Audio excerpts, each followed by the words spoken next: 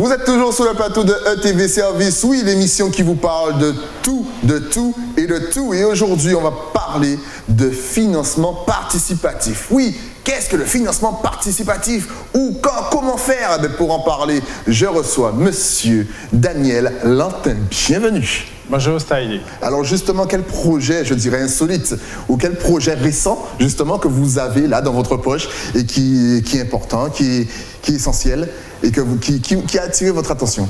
Donc c'est vrai que nous, on est intéressés de façon importante pour les projets de développement durable.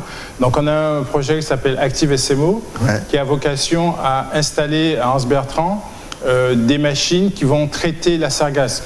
Cette entreprise s'appelle Active SMO, SMO Process, était présente à Sarg Expo, qui a eu lieu il y a quelques jours, pour présenter un projet totalement innovant de traitement des sargasses avec un système de pyrolyse solaire.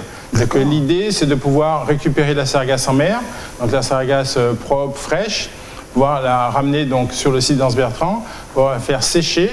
Et ensuite, la sargasse séchée peut être conservée de façon, je dirais, relativement longue. Donc ça permet de pouvoir travailler même quand il n'y a pas de sargasse, je dirais, sur les côtes. Donc une pérennité économique.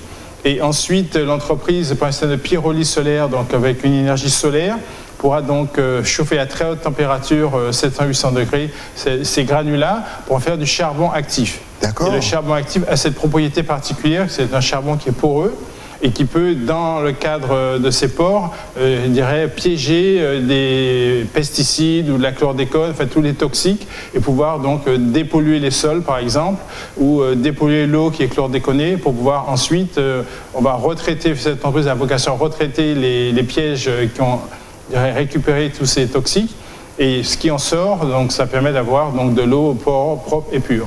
C'est excellent ça.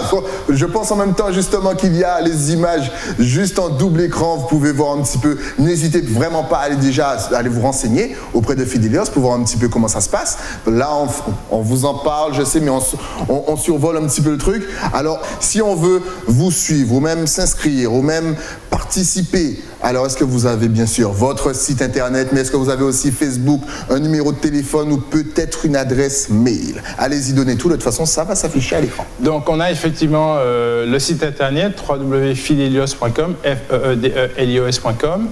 Il y a une adresse mail, c'est d.lantin@fidelios.com. Le téléphone 06 90 35 71 57.